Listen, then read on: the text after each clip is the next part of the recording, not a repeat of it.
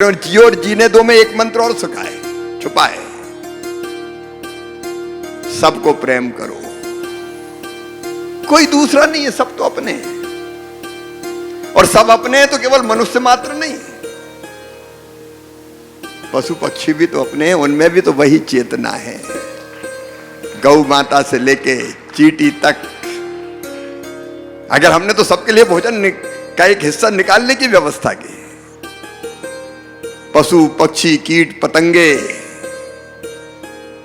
जीव जंतु पेड़ पौधे नदियों पर्वत पहाड़ों में ग्रह नक्षत्र तारों में, एक उसी की तो सत्ता है, तो दूसरा कौन है?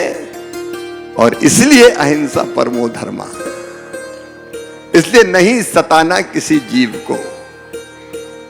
और वही मार्ग है दुनिया को सारे कष्टों से छुटकारा दिलाने का। और वर्तमान पीढ़ी को गुरुकुल के रूप में ऐसा विद्यालय जो विज्ञान से लेकर अध्यात्म तक की शिक्षा देगा, यह सबसे बड़ी देन है। मैं आपको बारंबार प्रणाम करता हूं, बारंबार प्रणाम करता हूं। इनमें से ऐसे बच्चे निकलेंगे जो पूरी दुनिया को दिशा दिखाने का काम करेंगे कल भी,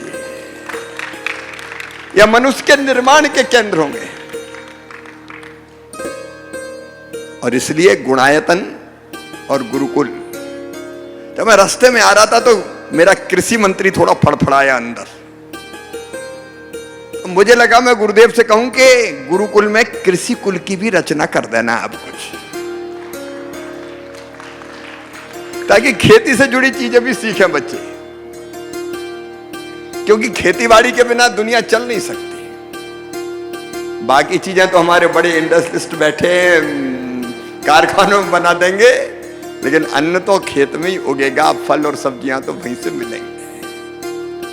इसलिए कृषि का अपना महत्व है, क्योंकि हम लोग तो खेती पर ही निर्भर रखना चाहते हैं, बाकी चीजों से तो दूर है। और इसलिए मेरे मन में रास्ते में सचमुच में आया कि मैं गुरुदेव से कहूं कि कृषि कुल कहीं खेती से संबंधित चीजें भी जो बच्चे सीखना चाहें तो उसके भी आप प्रेरणा दीजिएगा। हम सचमुच धन्य हैं आपको यहां पाकर। हम सब पर कृपा और आशीर्वाद की वर्षा करते रहना।